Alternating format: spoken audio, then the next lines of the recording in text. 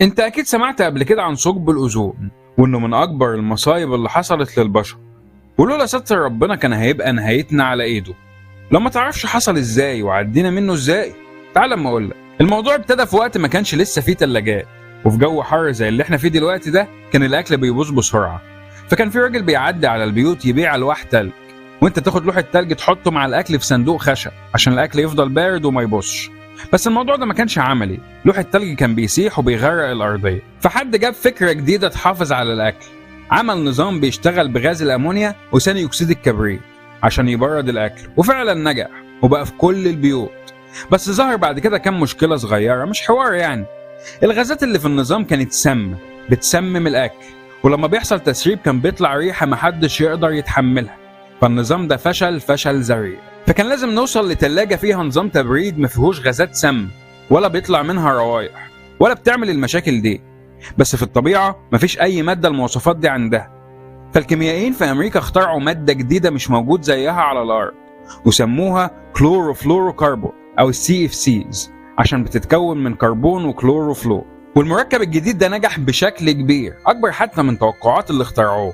فما اكتفوش إنه حطوه في التلاجات، ودخل كمان في صناعات تانية كتير زي التكييفات وكريم الحلاقة وسبراي الشعر وطفايات الحريق والمنظفات. وكان الاسم التجاري بتاع المادة دي فريون. أكيد أنت سمعت الاسم ده قبل كده. وفضلنا عشرات السنين نستخدم الفريون ومفيش أي ضرر منه، مفيش أأمن من كده، لحد أوائل السبعينات. 2 كيميائيين كانوا بيدرسوا الغلاف الجوي في جامعة كاليفورنيا. أول واحد كان اسمه ماريو مولينا، وده كان مهاجر من المكسيك، والتاني كان اسمه شيرويد رولاند. والاتنين سألوا، هو جزيئات الفريون لما بتطلع من التكييفات والتلاجات بتروح على فين؟ مولينا ورولاند اكتشفوا ان جزيئات الفريون مش بتختفي، دي بتطلع تتجمع في نهاية الغلاف الجوي فوق. تريليونات الجزيئات من الفريون متجمعين فوق عند طبقة الأوزون اللي بتحمينا من أشعة الشمس الفوق بنفسجية.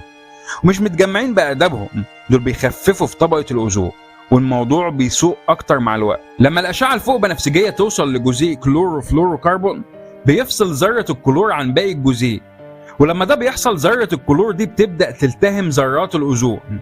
والمصيبة إن كل ذرة كلور تقدر تدمر 100,000 ذرة أوزون. وطبعا مركبات CFCs كانت في كل الصناعات تقريبا. فأنت عشان توقف استخدامها شركات كتير هتقفل، والشركات دي المكسب عندها أهم من أي حاجة. وفين هو الواقع ده؟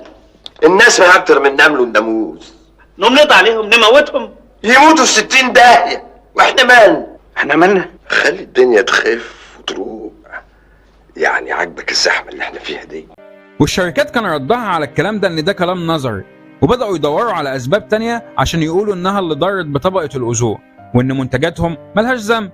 واحد من المسؤولين في الحكومة الامريكية وقتها قال الموضوع بسيط، احنا نلبس كبات ونظارات شمس ونحط سان بلوك وكل حاجة هتبقى تمام. العلماء كان ردهم ان العوالق البحرية اللي السمك الصغير بياكلها وتعتبر قاعدة سلاسل الغذاء مش هتعرف تحط سان بلوك، ولو اختفت كلنا هنموت من الجوع. ومولينا ورولاند استمروا في تحذير العالم كله من الكوارث اللي هتحصل قريب. وفعلا العالم استجاب للكلام، وحصلت احتجاجات في كل دول العالم بتطالب بوقف استخدام مركبات CFCs. والاحتجاجات دي نجحت، وكل دول العالم وقعت على اتفاقية مونتريال اللي بتحظر استخدام أو بيع أو توزيع أي منتج بيحتوي على CFCs. والخطر ده خلاص تقدر تشطبه من لستة المصايب اللي بتهدد الحياة على الأرض.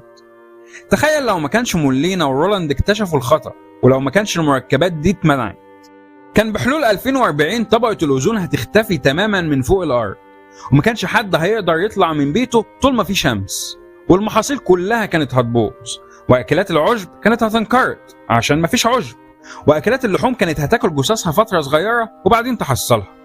دلوقتي بعد الاتفاقية والمنع متوقع ان بحلول 2060 طبقة الأوزون هترجع كاملة تاني وبنفس السمك.